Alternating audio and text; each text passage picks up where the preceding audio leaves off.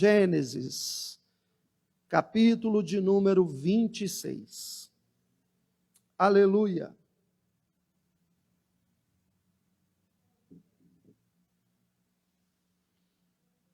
Gênesis capítulo 26.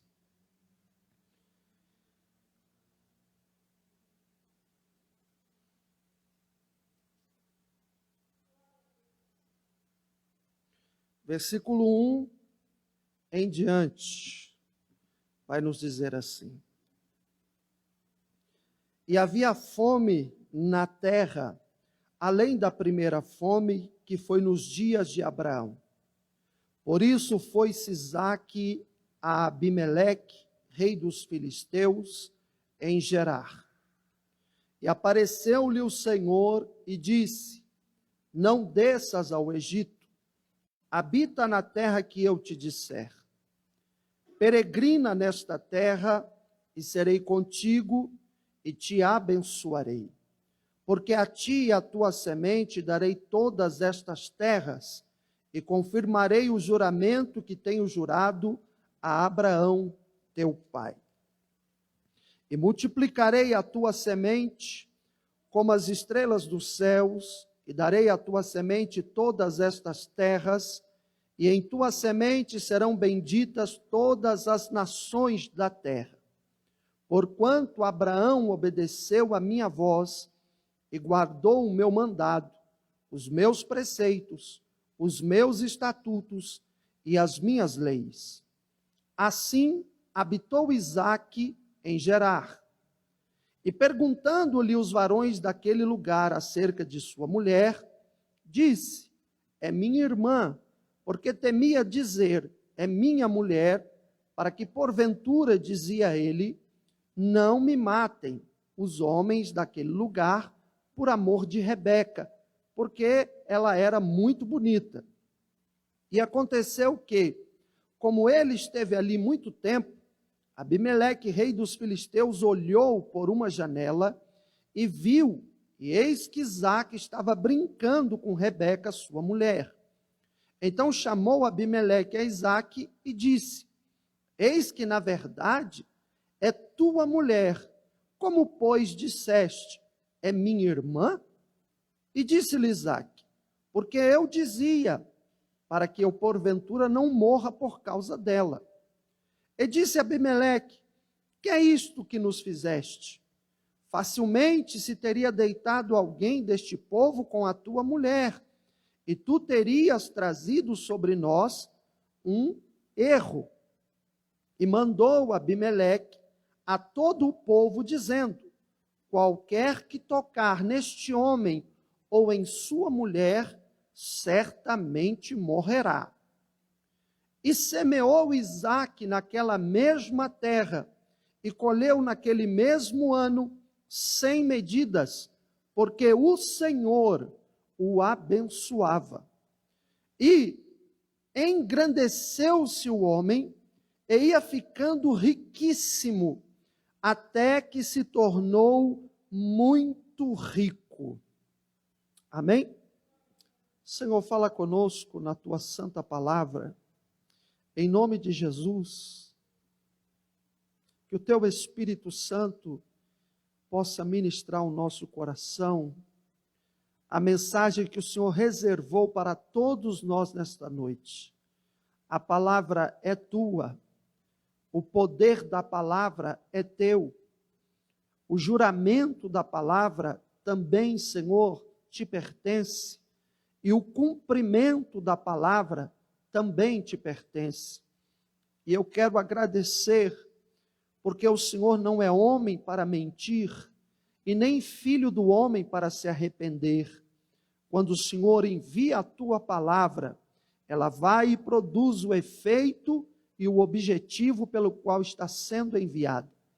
Abre o nosso coração, abre a nossa mente, e que somente venhamos ouvir a voz do Espírito Santo de Deus, que toda seta, que todo pensamento em outro lugar, que toda distração, que toda frieza espiritual caia por terra em nome de Jesus agora. Mas somente, Senhor, venhamos receber a tua santa inerrante, imutável, poderosa palavra, porque ela é que é luz para o nosso caminho, como disse o salmista, lâmpada para os meus pés é a tua palavra e luz para o meu caminho. Isso te pedimos e agradecemos no nome de Jesus. E você diz amém? Eu quero que você abra seu coração para ouvir o que Deus quer falar com você aqui hoje.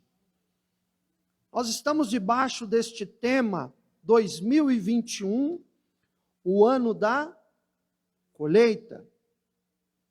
Talvez, se nós observarmos o que está acontecendo em nosso cenário mundial, em nosso cenário nacional, se nós pararmos para observar e fixarmos os nossos olhos nos acontecimentos que estão se sucedendo já de 2020 até hoje, quem não entende, quem não tem uma visão espiritual, ia olhar para um tema como esse e falar que isso aqui é loucura, falar que isso aqui é coisa de doido. Iam olhar para um tema como esse, se não tiver uma visão espiritual, um entendimento espiritual, se olhar apenas com uma visão natural e com entendimento natural, você olha para isso aqui e você fala que isso aqui é uma mentira. Mas quando você olha com entendimento e visão espiritual, você vê isso aqui uma grande oportunidade. Você vê isso aqui uma porta que Deus abre em um momento de crise para cuidar dos seus. A Bíblia diz, já lemos em Gênesis 26:1, vocês sabem, há algum tempo eu ministro sobre esses versículos aqui. A Bíblia diz que havia uma fome extrema naquela terra. E quando você olha para a Bíblia e vê a palavra fome, eu já expliquei isso aqui, mas eu vou explicar de novo.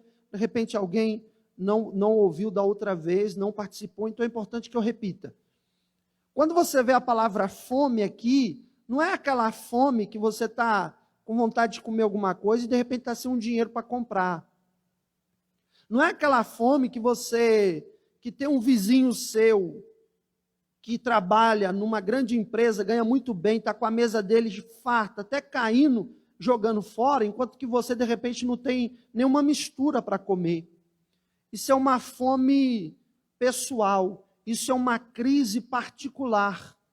Essa fome aqui de Gênesis, ela era uma fome de crise de proporções nacionais e até internacionais. A Bíblia diz assim que não era uma fome sobre a terra de Abimeleque, era uma fome que estava sobre a terra. E fome na terra, ela tem proporções mundiais. Havia uma crise mundial nessa época aqui. E nessa época, nós estamos falando de coisa de mais de 3.000, 4.000 anos atrás. Nessa época não havia o progresso que há hoje. Então, nesta época, as pessoas viviam da agricultura. A maior atividade econômica das famílias era a agricultura. Era através do plantio e da colheita. Era através da criação de gado, de animais, de ovelhas, de cabras. O meio de transporte era camelo ou a pé. Não existia caminhão, não existia carro, e naquela região também não tinha cavalo. E agora aqui está dizendo que havia uma fome em toda a terra. Então, automaticamente, plantava-se e não colhia nada. Se não colhe, não tem cereal para comer e não tem para vender. Então, não havia atividade comercial. Atingiu a área da agricultura, atingiu a área da economia, atingiu a área dos transportes, porque os camelos não tinham o que comer, morriam de fome. Atingia tudo, não tinha leite, porque as cabras morriam de fome. Então você está vendo que Isaac está inserido em um texto de fome mundial, de crise terrível. A Bíblia está dizendo, havia uma fome, havia uma crise naquela terra. Então Isaac, a Bíblia não descreve, mas ele pensou, vou descer ao Egito. Vou até o Egito. Por quê? Porque o Egito era o único lugar de promessa de fertilidade, por causa do rio Nilo. O rio Nilo passava pelo Egito e quem plantasse à beira do Nilo, com certeza tinha água para irrigar, para crescer, para colher. Então o Egito era, entre aspas, um símbolo de fuga e de prosperidade no meio daquela crise. Porém, o Egito também representava o pior lugar, espiritualmente falando. Poderia oferecer uma prosperidade material e financeira, mas, por outro lado, colocava em risco toda a sua vida espiritual. Por outro lado, havia um enorme risco de você perder a sua fé descendo ao Egito, de você perder a sua comunhão com Deus descendo ao Egito, de você se desviar da presença de Deus estando no Egito. E Deus, sabendo disso, Ele é onisciente, sabe todas as coisas. Deus então aparece para Isaac e diz para Isaac, não desças ao Egito. Fique na terra que eu te mostrar. Deus estava dizendo o que para Isaac? Você não precisa se afastar da minha presença para prosperar. Você não precisa abandonar a tua fidelidade a mim para sair da crise. Você não precisa vender os teus princípios espirituais para que você possa se dar bem na vida. Você pode me servir, me obedecer e estar na minha presença, e quem vai operar e prosperar você não é o Egito, mas sou eu, o teu Deus. Isaac, então, está diante dessa situação que Deus se apresenta e diz para ele que não deve descer ao Egito. Deus está falando para você aqui nessa noite, você não precisa do Egito. Você não precisa se misturar com o mundo para se dar bem. Você não precisa pecar para ter uma vida abençoada e feliz. Pelo contrário, no pecado e no Egito é que você vai ter uma vida triste e muito ruim. Mas na presença de Deus, ainda que pareça que você esteja no lugar errado, Deus faz uma transformação e Ele transforma a maldição em bênção. Quem olhava o que Deus estava falando com ele, para que ele ficasse justamente no lugar onde não tinha esperança nenhuma dele crescer, que ele ficasse na cidade que justamente ali, financeiramente, não era propício, ficasse num lugar que financeiramente, materialmente, não havia as oportunidades que o Egito tinha. Quem olhasse aos olhos naturais poderia falar assim, rapaz, isso não é Deus não, isso é a minha carne que está falando comigo, isso é a minha cabeça que está falando comigo, isso não é Deus não, não é possível. Mas era Deus falando com ele. É Deus que está falando com você aqui. É Deus que está trazendo essa palavra para o seu coração aqui. É Deus que te trouxe aqui nessa noite para dizer para você, eu sei o que é melhor para você. Porque Isaac estava enxergando o momento. Isaac estava com os olhos e a sua atenção para aquele momento. E isso é um perigo, porque quando nós focamos no momento, nós somos sujeitos a tomar atitudes e decisões de acordo com o momento. Então, se o momento é bom, eu tomo decisões boas. Se o momento é ruim, eu tomo decisões ruins. Então, Isaac tinha uma visão limitada. Naquela época não existia drone, para Isaac pegar um drone e controlar o drone, para o drone subir, dar uma vista geral para ele ter uma ideia de como estava a região. Se ele quisesse saber, ele tinha que percorrer a pé ou de camelo e levaria dias. Isaac não tinha um WhatsApp para mandar para alguém dizer assim, estou aqui numa terra muito ruim. Como é que está aí na tua terra aí? Tua cidade aí é melhor que a minha? Onde você está aí tem mais chance de eu melhorar de vida? Tem como você me dar aí uma mensagem? Tira uma foto aí, como é que tá? Tem emprego aí para mim? Tem uma oportunidade aí para mim? Seu patrão não está precisando de ninguém não? Estou disposto a trabalhar aí contigo. Isaac não tinha um WhatsApp para poder pegar informação. Isaac não tinha uma internet para buscar informação, um Google. Isaac não tinha um jornal para assistir para alguém dar notícia. Isaac estava exclusivamente limitado ao momento. E como o momento, a limitação do momento, ela vai gerar em nós uma circunstância positiva e uma circunstância negativa. Circunstância positiva. Não, primeira negativa. Já falei, vou repetir. É você agir com a visão limitada. É um perigo, porque você está limitado ao momento. Situação positiva do momento. Você fica na total dependência de Deus. Para você dar passos altos, você precisa de Deus, porque Deus vê além do momento.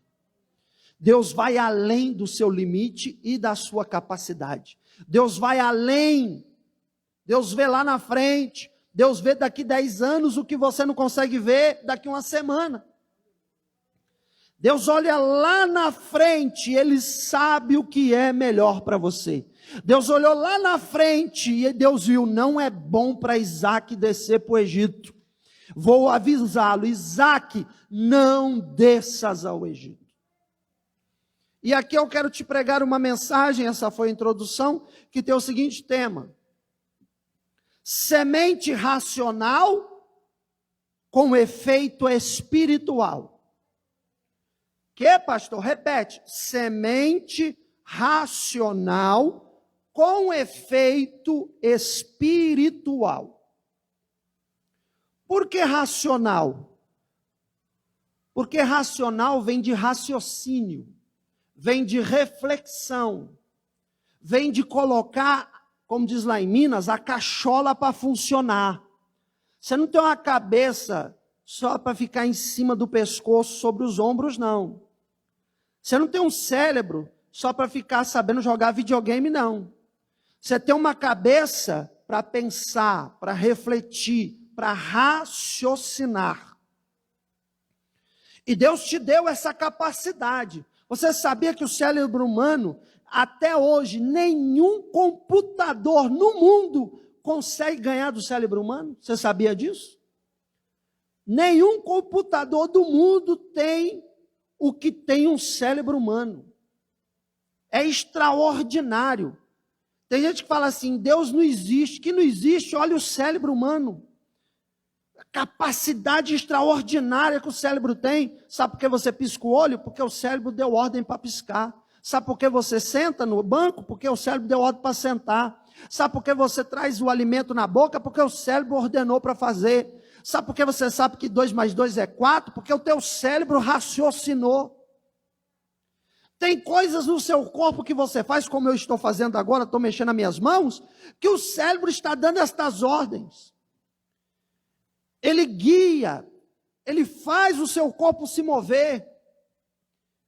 E ele tem capacidade de raciocínio, de reflexão. O que isso quer dizer, irmãos? Que Deus não é contra eu e você pensarmos antes de agir. Deus não exige de mim e de você atitudes irracionais. Atitudes não pensadas. Vai no momento, vai na emoção. Isso é um perigo. Não tem um ditado lá fora que diz assim: nunca tome uma decisão precipitada. Nunca haja no momento de raiva, fúria. Aí não tem gente que fala assim, pastor, de repente o meu sangue ferveu, meus olhos, eu não vi mais nada. Quando eu vi, eu já tinha falado, eu já tinha batido, eu já tinha não sei o quê, né? Uma mãe, um pai, que de repente o filho vai lá e derruba alguma coisa e quebra. A mãe fala, pastor, quando eu vi, a havaiana já estava na mão e a chinelada já estava comendo solto. Então, nos momentos de raiva, nos momentos de emoções fortes, você tem que frear. Por quê? Porque senão isso bloqueia o teu raciocínio. Impede você de pensar e refletir sobre consequências. Não tem pessoas que falam assim, um exemplo, né? Está repreendido em nome de Jesus, isso não acontece com o crente, mas lá fora, marido ciumento que matou a esposa. Às vezes a esposa não estava fazendo nada, a esposa não estava traindo, não estava nada, mas ele botou na cabeça dele que ela estava fazendo alguma coisa. E aí ele colocou na cabeça dele, de repente ele viu alguma coisa lá, de repente ela mandou no WhatsApp um beijinho para o irmão de sangue dela, que às vezes ele nem conhece, pode ser um namorado, né? Nem conhece, ela já acha que você está mandando um beijinho para outro macho. E aí puxa um revólver, tira, mata, e você vê mulheres morrendo, moças morrendo. É marido que mata esposa, é namorado que mata namorado, e também tem o contrário, tem namorada também que mata o namorado, tem esposa que mata o marido. Por quê? Aí você vai entrevistar, você vê no jornal, vai entrevistar, o que eles falam? Foi de repente, eu não vi, eu estava nervoso, eu não pensei, eu não refleti, eu só tomei a decisão no impulso, ou seja, decisões do momento. Deus está falando com ele aqui, olha Isaac, eu vou te levar para o caminho do raciocínio, mas que vai ter efeitos no mundo espiritual. Quem disse que para a sua vida ter efeitos espirituais, você tem que tomar decisões irracionais? Quem falou isso? Você sabia que a fé é racional? A fé não é irracional. A fé não é uma loucura dos crentes. Lá fora eles entendem como fanatismo. Eles falam assim, esse povo aí é fanático. Fizeram uma lavagem cerebral na cabeça desse povo aí. Que tudo para eles é Jesus, o negócio deles é só igreja, igreja, igreja. Eles não entendem a gente. Por que eles não entendem a gente? Porque eles têm uma visão natural. A Bíblia diz, aquele que é natural não consegue discernir as coisas espirituais. Somente os espirituais discernem as coisas espirituais. Então não tem como você cobrar de alguém que tem visão só natural para que entenda coisas espirituais. A pessoa não vai entender. O crente dizer glória a Deus, glória a Deus, glória a Deus, o crente sabe por que ele diz isso. Ele não diz de maneira irracional. Ele não diz porque ele faz parte da massa que está manipulada. Não. Ele sabe o que ele sente quando ele diz glória a Deus. É ou não é? Vocês são crentes. Quando vocês dizem glória a Deus, vocês não sentem um negócio diferente na alma de vocês? Então, é espiritual. Você adora a Deus. E aí, quando você adora a Deus, você sente. Aquilo mexe com a sua alma. Só que a pessoa natural que não entende isso, como que ela fala? Que povo gritento, para que gritar? Deus não é surdo, para que isso? Ficar dizendo glória, glória, que escandaloso. Eles não conseguem entender, porque eles ainda não têm a visão espiritual que nós temos. Mas assim como um dia nós também não tínhamos, nós também enxergávamos como eles, nós também não aceitávamos o comportamento dos crentes, eu posso dizer por mim, eu tinha ódio de crente, ódio. Não queria nem chegar perto. Se alguém falasse de crente para mim, eu falava, esse povo aí é povo doido, povo de lavagem cerebral, povo de outra religião. Eu não queria nem saber de crente. E onde eu estou agora? Hoje eu falo o seguinte: se eu soubesse que era tão bom assim, Jesus, por que eu não vim antes? Ah, meu Deus, quanto tempo eu perdi lá fora com bobeira. Então veja, voltando aqui à palavra, a nossa semeadura, ela tem um segredo. Se você quer colher como Isaac colheu 100%. Para cada um, ele colheu 100. O que significa isso? Tem dois significados. Ele colheu em 1 ano o que outra pessoa levaria 100 anos para colher. Eu já disse isso aqui. Em 1 ano, ele colheu o que o outro levaria 100 anos para colher. Isso foi evidente na vida dele. Por isso que ele se tornou muito rico. Quem é que não vai ficar rico assim? Para pensar. Você colher em 1 ano o que levaria 100 anos para colher, você crescer financeiramente, você crescer em patrimônio, você crescer em bens, você crescer materialmente, em 1 ano, o que você levaria 1 século, qualquer um fica rico assim. É claro que ele ficou rico, como está escrito no versículo 13. E ficou rico, riquíssimo, até que se tornou muito rico. Qualquer um ficaria na mesma condição de Isaac. Então, o primeiro ponto da semeadura de Isaac é esse, do 100%. O outro ponto do 100% é o seguinte, que aquilo que ele plantou, ele não perdeu. Aquilo que ele plantou, ele recebeu inteiro. E ainda acrescentado. Então esse é um outro ponto da vida e da prosperidade de Isaac. Agora, o que é necessário para que nós possamos colher 100% em nossa vida, na crise de hoje, no problema mundial que estamos enfrentando hoje, como Isaac enfrentou naquela época, nós estamos debaixo de uma crise mundial. É uma crise de saúde, mas que afetou a economia, afetou a sociedade como um todo. Afetou todos os setores. Afetou até a igreja. Pessoas, mesmo tendo culto presencial, tem pessoas que não vêm porque tem medo.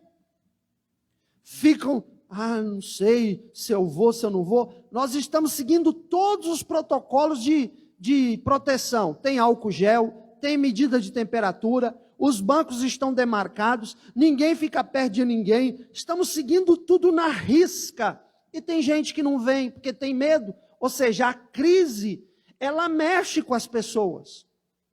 A crise afeta as pessoas. E assim como afetou Isaac, afeta hoje a vida de muita gente. Só que como Deus apareceu para Isaac e lhe prosperou em meio à crise, Deus também vai te abençoar nesta crise. Deus tem poder para mudar a tua vida nessa crise. Deus tem poder para fazer com você o que Ele fez com Isaac. Agora a questão não é Deus. Será que Deus faz? Será que Deus pode? O problema aqui não é esse. A questão, o X aqui não é esse. A questão é, você está disposta a fazer o que Isaac fez? É essa que é a questão. Então veja, em primeiro lugar, para que você possa ter uma vida bem-sucedida, quem está entendendo, diga amém? Para que você possa ter uma vida bem-sucedida e você possa prosperar numa crise, você precisa fazer isso aqui, ó. Gênesis 26, abre a sua Bíblia. Gênesis 26, versículo 1 em diante. Havia fome na terra, além da primeira fome, que foi nos dias de Abraão. Foi Isaque a Abimeleque, rei dos filisteus, em Gerar.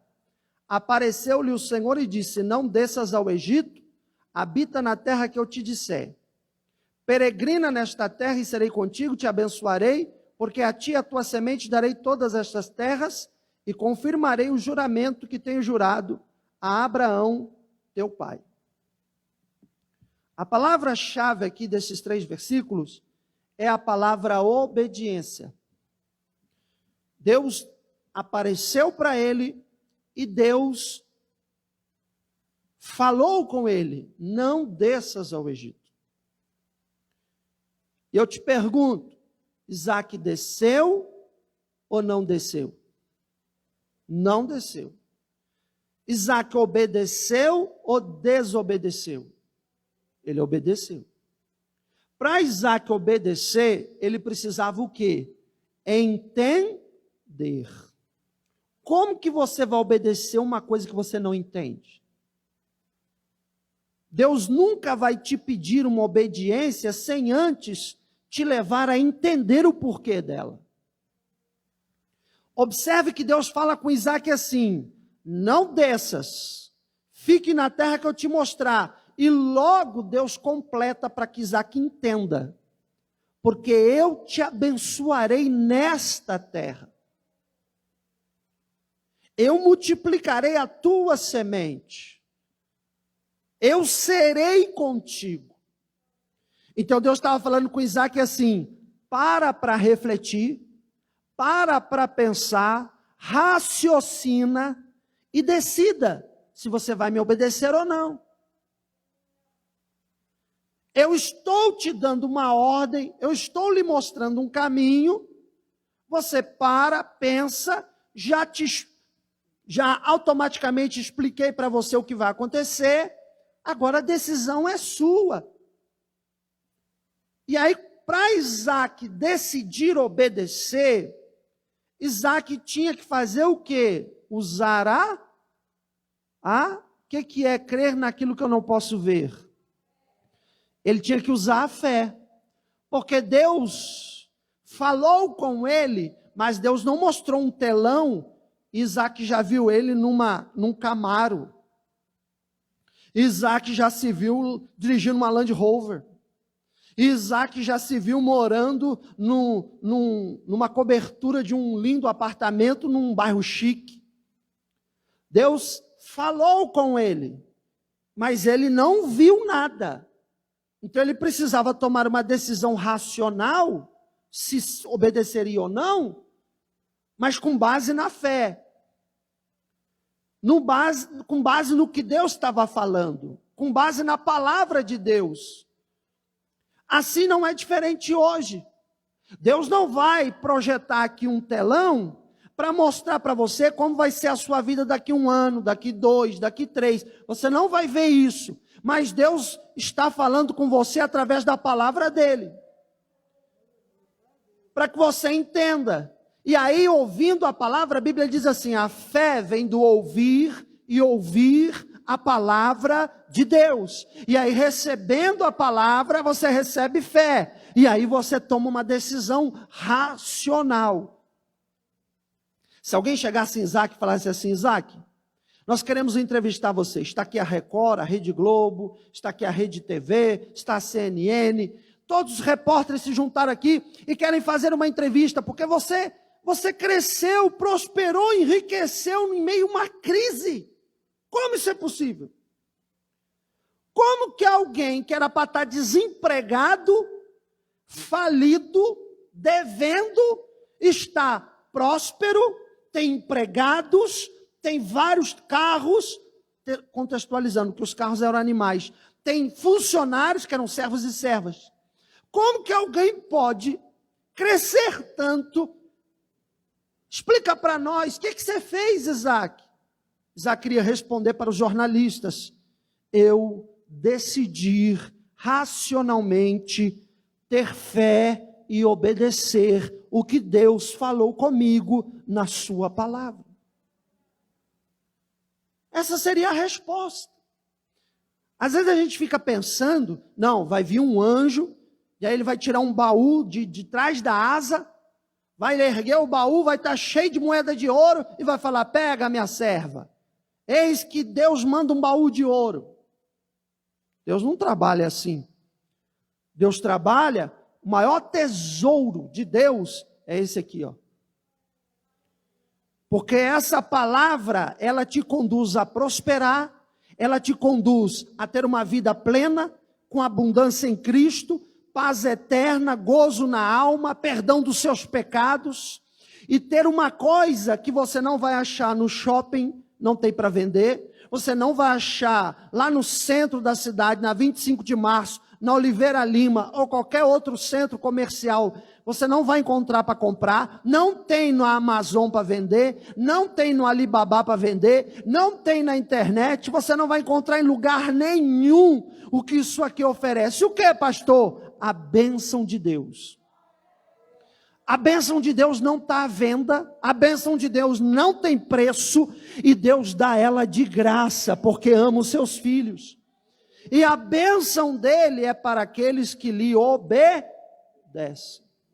Só que não é uma obediência cega. Deus não quer uma obediência, desculpa, eu vou usar uma expressão bem chula agora. Deus não quer uma obediência burra, uma obediência irracional, uma obediência sem pé, sem cabeça. Não é isso que Deus quer de nós, não. Deus quer que você obedeça sabendo por que está obedecendo, crendo no que você está obedecendo, confiando no Deus que você está obedecendo, sabendo onde você está e onde você quer chegar. Jesus não é um bilhete da Mega Sena para ninguém ficar rico. Por quê? Porque as pessoas, Jesus não é uma garantia de você ficar milionário ganhando na Mega Sena ou sei lá o quê. Ele não é um bilhete de loteria. Jesus, ele é salvador. Ele é para salvar a sua alma. Ele é para perdoar os seus pecados. Ele é para escrever o seu nome no livro da vida. E para buscar você um dia no arrebatamento. Jesus é para libertar você das garras das trevas. Só que junto com o pacote salvação, me permita expressar assim, não que eu esteja desprezando a salvação, porque a maior obra do universo é a salvação, está acima de qualquer coisa. Mas junto com este pacote da salvação, não tem jeito. Quando você obedece, você provoca uma reação. Quando você obedece, é uma ação que vai gerar reação. Assim como quando desobedecemos, também existem consequências. Então, quando você obedece, não tem jeito. A obediência gera a bênção. A obediência é a gravidez que vai dar à luz a bênção na sua vida. Não tem como. Como a desobediência é a gravidez que vai dar à luz a consequências horríveis. Então, o primeiro passo é obedecer. Mas eu posso obedecer qualquer coisa? Eu posso obedecer qualquer um? Eu posso obedecer qualquer livro? Não. Eu obedeço a Deus e à vontade de Deus. Então, quando eu tenho que obedecer a Deus e à vontade de Deus, eu tenho que ter um referencial. Segundo lugar, primeiro obedecer. Segundo, eu tenho que ter um referencial.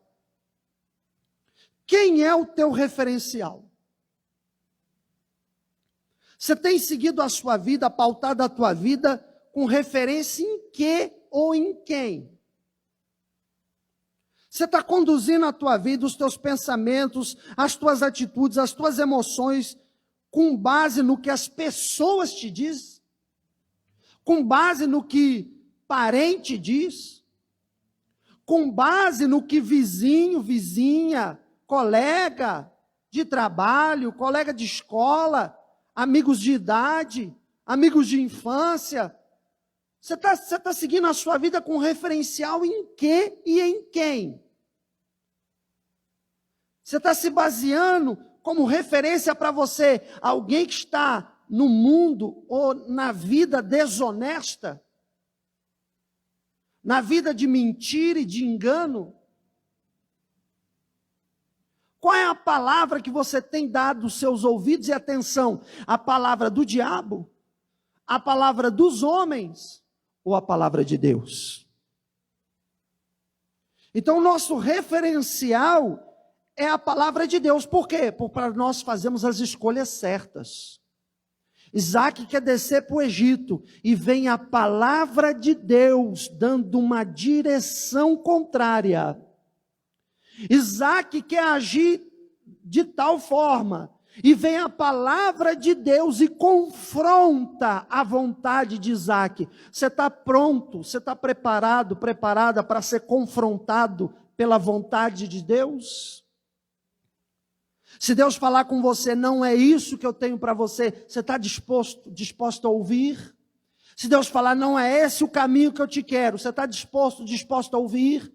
Se Deus falar, não é essa a decisão que eu quero que você tome, eu quero que você tome outra decisão, você está aberta para aceitar isso? A palavra vem de encontro a Isaac, não vem para alisar, não vem para apoiar, não vem para dizer, vai, desce que eu sou contigo, vai para o Egito que eu vou fazer maravilhas lá com você. Não. A palavra vem e fala, fica aqui na crise, fica aqui nesse momento difícil, não sai daqui, aqui é o seu lugar. Deus, eu tenho família.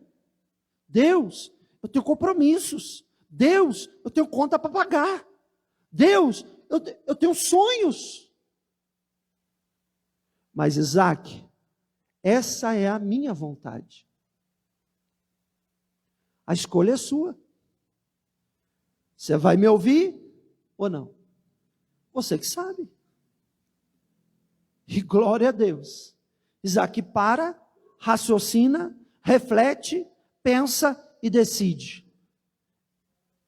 Eu sacrifico o meu eu abro mão da minha vontade, porque a vontade de Deus é melhor. Como a própria Escritura já diz, a vontade de Deus é boa, perfeita e agradável.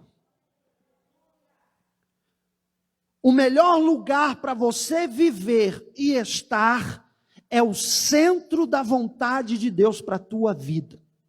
Porque eu já disse isso aqui, eu vou repetir. Já faz um tempo que eu disse, mas eu vou repetir. Grava o que eu vou dizer. Grava o que eu vou dizer agora. É melhor estar no calabouço, no centro da vontade de Deus, do que estar no palácio fora da vontade de Deus. Por quê? Porque no calabouço, na vontade de Deus, amanhã Ele te coloca no palácio, como Ele fez com José. E no palácio, fora da vontade de Deus, amanhã você pode amanhecer no calabouço. Como aconteceu com o servo de Faraó e morreu. Que era o companheiro de cela de José.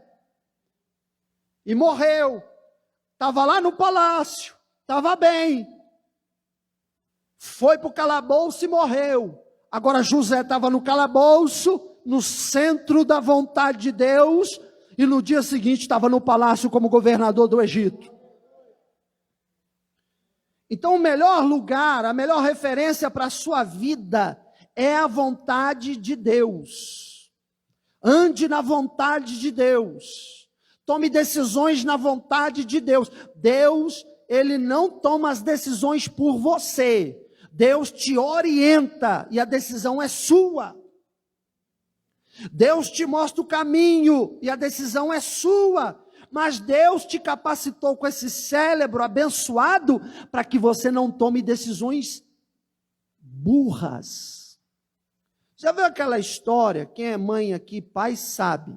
Já viveu talvez quando era mocinho, mocinha, ou já viu seu filho e a sua filha viver.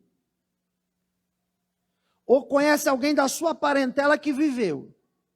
Já viu aquela história que a menina, quando está na adolescência, ela está começando a se descobrir, aí de repente ela fica apaixonada por um rapaz? Quem nunca viveu isso? Aí ela fica lá sonhando com ele. Ai, ele é lindo. Ai, é o amor da minha vida. Ah, às vezes até um amor platônico, só ela que ama, o rapaz nem sabe da existência dela. Fez eu lembrar uma coisa aqui agora, eu vou contar.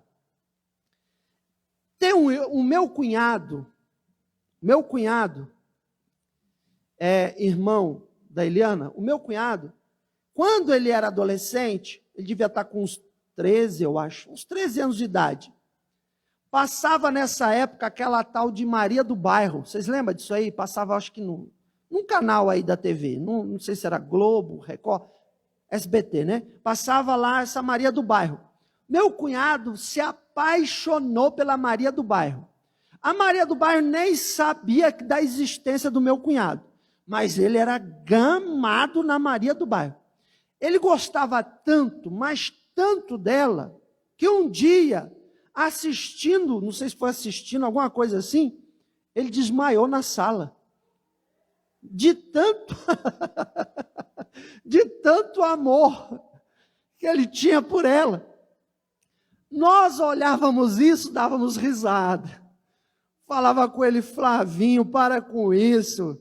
Que história é essa? Maria do Bairro nem sabe que você existe, Flavinho. E ele chorava. E quem é que não viveu isso há algum tempo, né? Lá fora, principalmente, tem as fãs, né? Fã de artista, né? O artista está lá, nem sabe que você existe. Você compra o CD, você compra a foto. Se sair pôster dele, naquelas épocas de pôster, eu lembro das minhas irmãs. Eu sou o caçula na minha casa, minhas irmãs são mais velhas. As minhas irmãs, quando era adolescente, eram gamadas naquele grupo Menudos. Aí o Menudos um dia veio fazer um show aqui em Santo André, lá no estádio Bruno Daniel. Eu tinha, acho que 6 anos de idade, uma coisa assim.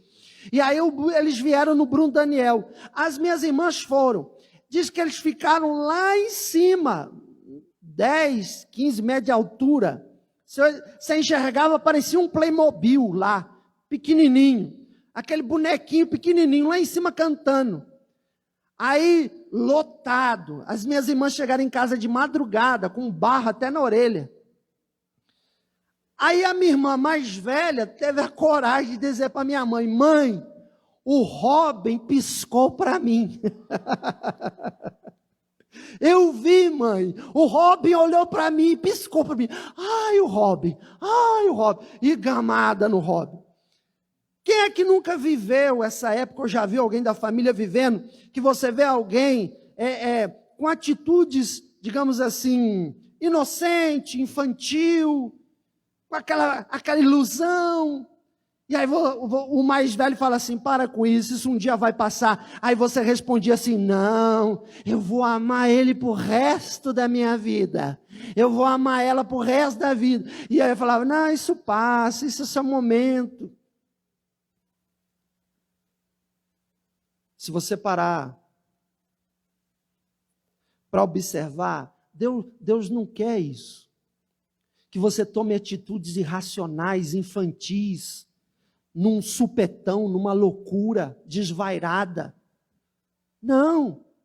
Deus, Ele quer que você aprenda, capacite a sua mente, raciocine na palavra dEle, foque na presença dEle, entenda porque obedecer a Ele é bom, entenda que Ele tem uma direção melhor para você, e aceite isso. Quando a gente, igual a esses momentos aí que eu acabei de contar que foram engraçados, às vezes alguém falava, você não, aquela pessoa não dá ouvido. Mas mais tarde a pessoa fala: bem que você tinha razão, quanta besteira eu fiz, quanta coisa eu perdi tempo, que eu podia estar fazendo uma coisa mais útil, e eu ficava lá que nem uma boba atrás do fulano, e que nem um bobo atrás de não sei o quê. Hoje o Flavinho já é casado, hoje ele é pastor, ele mora em Goiás. Se a gente fala isso com ele, ele fala: quanta bobeira, eu lá atrás de Maria do Bairro, que besteira. Foi uma fase, uma coisa de criança. Então você tem que entender o seguinte: quando Deus fala com você e dá uma direção para você, não seja uma criança. Não fica ali agarrado naquela sua ilusão e achando que Deus está errado e que você está certo. Que Deus está errado e que é do seu jeito mesmo e acabou. Que Deus vai ter que aceitar e abençoar do jeito torto que você quer, da maneira errada que você insiste. Não vai dar certo, não vai conseguir, não adianta. Pelo contrário, seja maduro, madura na resposta. A Bíblia não fala Isaac respondendo, sim, Senhor. A Bíblia não fala Isaac dizendo, amém.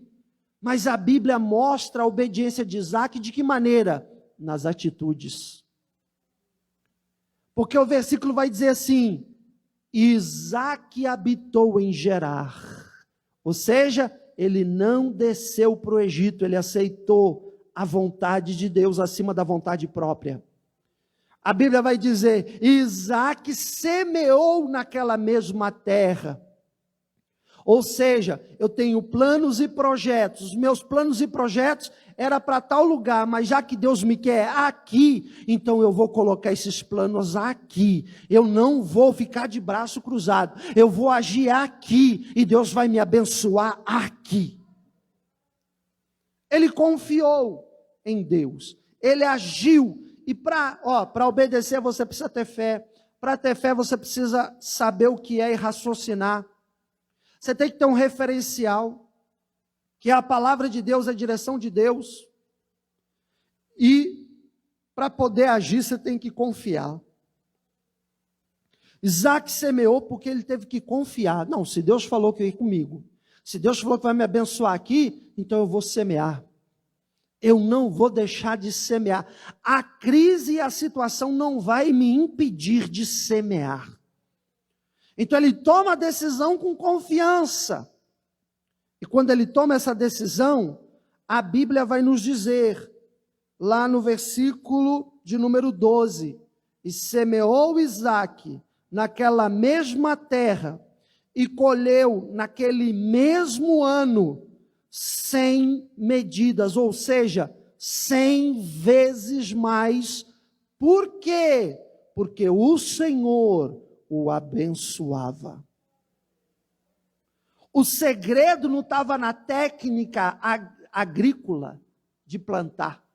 O segredo não estava na terra, porque a terra era horrível, totalmente infrutífera, imprópria. O segredo não estava no momento, porque o momento era de crise, fome na terra. O segredo estava na decisão de Isaque obedecer, crer, se direcionar, confiar e agir como Deus estava lhe mostrando, na sua palavra. A bênção estava sobre Isaque, por conta das atitudes racionais. Ele tomou atitudes racionais que lhe geraram coisas espirituais que automaticamente refletiram sobre o material. Pega isso aqui, porque isso aqui é o Espírito Santo que está dando. Isso não está escrito não. Isso é o Espírito Santo que está revelando. Você quer ter uma vida abençoada, independente de crise ou sem crise? Então, tome atitudes racionais pela direção da palavra de Deus, tenha a palavra de Deus como seu referencial, confie no Senhor e obedeça, porque fazendo isso, você vai gerar, você vai provocar reações no mundo espiritual, e o mundo espiritual é um mundo sobrenatural. O que é o mundo natural? É o que eu vejo. O banco é natural, o púlpito é natural, o microfone é natural, esse copo é natural, vocês, tudo que está aqui, o que eu posso ver, tocar, faz parte do meu mundo natural. Agora o mundo sobrenatural é o que eu não estou vendo, mas ele existe.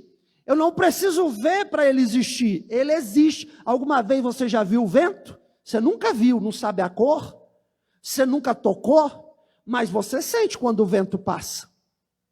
Você não sabe como é o mundo sobrenatural, você não vê, a não ser que Deus te conceda uma visão, mas geralmente você não vê, mas ele existe, ele é real, e o mundo sobrenatural interfere no mundo natural, porque ele é maior, ele tem mais poder.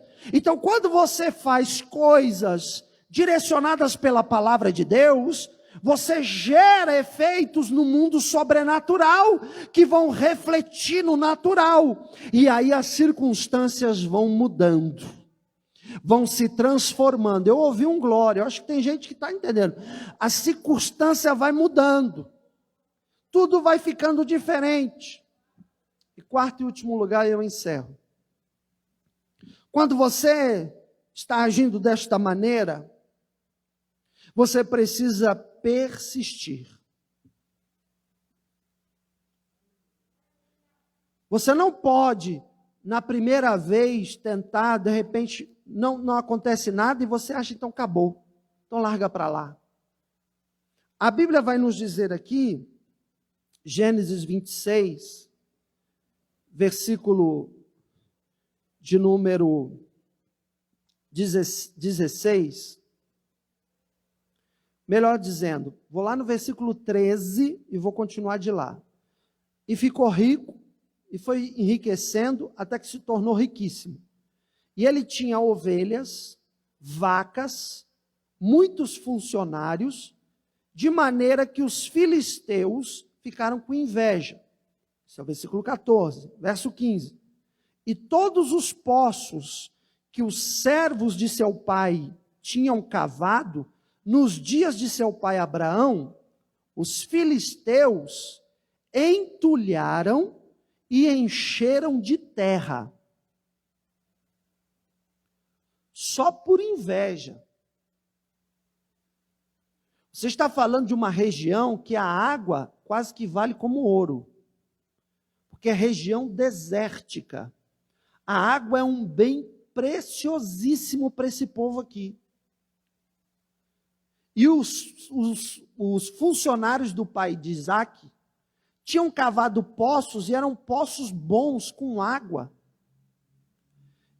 E os filisteus, com inveja da prosperidade de Isaac na crise, e eles que eram filisteus e eram donos da terra, não prosperavam como Isaac, com inveja começaram a querer fazer sabotagem para que Isaac não prosperasse, para que Isaac passasse raiva, para que Isaac desistisse de ficar lá, para que Isaac largasse mão do empreendimento que ele estava fazendo com base na direção que Deus tinha dado para ele. E aí o que vai dizer aqui a Bíblia? E disse também Abimeleque a Isaac: sai de nós, vai embora, porque você se tornou muito poderoso e você tem mais do que nós. Pensa bem, você vai trabalhar numa empresa e Deus te prospera, você fica mais rico do que o dono, do que o seu patrão. Já parou para pensar nisso? É o que Deus fez com ele aqui. Aí ele pede para ele ir embora. Aí diz assim: Isaac então se saiu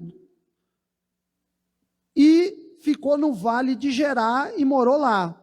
Aí diz o versículo 18: Isaac cavou o poço de água que cavaram nos dias de Abraão seu pai, e os filisteus tamparam depois da morte de Abraão, e chamou pelo nome que chamara seu pai. Cavaram, pois, os servos de Isaac naquele vale, e acharam ali um poço de águas vivas. E os pastores de Gerar porfiaram com os pastores de Isaac, dizendo: esta água é nossa. Por isso chamou o nome daquele poço Ezeque, porque contenderam com ele. Então cavaram outro poço, e também brigaram por causa dele. Versículo 22, partiu, cavou outro poço, e lá não brigaram com ele, e chamou o nome Reobote, e disse: porque agora nos alargou o Senhor, e crescemos nesta terra. O que isso aqui quer dizer? Isaac, os poços do pai dele são todos tampados, ele vai lá, cava um poço, sai água viva.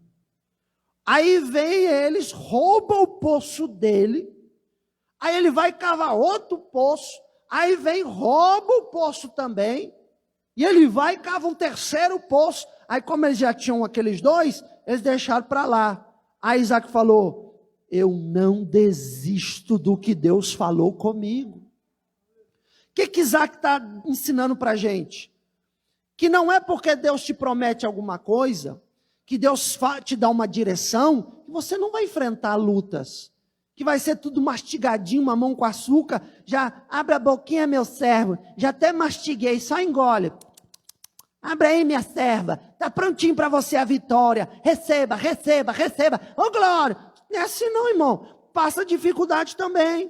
Enfrenta opositores, enfrenta inveja, enfrenta dificuldade, mas não pode desistir, porque a bênção está sobre o obediente. E quando a bênção está sobre o obediente, não importa se vai se levantar filisteu e querer roubar poços, onde você cavar, Deus sempre vai fazer a água aparecer. Toma posse disso. Recebe esta palavra, siga a direção de Deus, siga estes passos, se você quer prosperar na crise. Você imaginou se Isaac falasse assim, Deus, só falou que ia ser comigo, aí estão me atrapalhando, só falou que ia ser comigo, aí estão roubando o poço, entulharam os outros. Quer saber de mais nada não, cansei de ser crente é assim? Então não quero ser crente mais não. Você imaginou se Isaac fizesse isso? Quantas coisas ele ia perder, agora por causa da persistência, por causa da fé, da confiança, da referência. Sabe o que aconteceu? Olha o versículo 24. E apareceu-lhe o Senhor naquela mesma noite. Que noite? Na mesma noite que ele insistiu e cavou o terceiro poço. Naquela mesma noite disse, eu sou o Deus de Abraão teu pai. Não temas, porque eu sou contigo. E abençoar-te-ei, e multiplicarei a tua semente, por amor de Abraão, meu servo.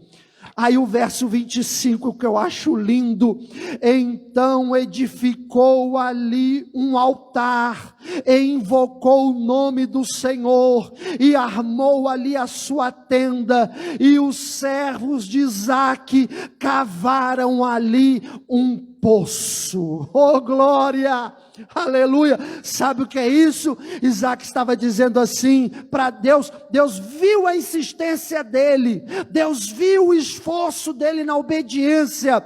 Deus falou com ele, não tenha medo de filisteu, não tenha medo de invejoso, não tenha medo de crise, não tenha medo se você está tendo algumas perdas em meio ao processo, não se preocupe com isso. E aí eu vou ser com você e eu vou te abençoar. Aí Isaac edifica um altar, ou seja, depois de tudo que tinha acontecido, que não foi legal, que não foi bom, com certeza entristeceu o coração dele de alguma maneira, ter visto aqueles poços entulhados de terra, ter visto o pessoal roubar os poços, com certeza aquilo entristeceu ele sim. Ele não é um robô, ele é um ser humano, ele se entristece, mas é engraçado que naquele momento, ele não vira para Deus e murmura, ele não vira para Deus e reclama, ele não fica se vitimizando. Deus, acabou para mim, a minha vida já era, eu não tenho mais valor nenhum, olha as lutas que eu estou passando, me mata de uma vez. Não, ele edificou um altar e disse, eu quero adorar, porque quem edifica altar quer dar glória, quem edifica altar quer dizer aleluia, quem edifica altar quer adorar ao Deus Todo-Poderoso. Ele edificou um altar e ele adorou a Deus acima da situação e do momento, e Deus o abençoou. Deus tem bênção para você, Deus tem vitória para você nesta crise. Descansa seu coração, não se preocupa, para com essa ansiedade, para com esse choro. No tempo certo, na hora certa, quando Deus quer agir, Ele age, ninguém pode impedir o agir dEle. A sua única parte nessa história toda é fazer o que eu acabei de falar para você na palavra dele. É você obedecer, crer, confiar e se direcionar por este livro aqui. Amém? Vocês recebem essa palavra? Aplauda Jesus por isso. Diga glória a Deus. Deus abençoe os irmãos da rede social. Fique na paz do Senhor Jesus.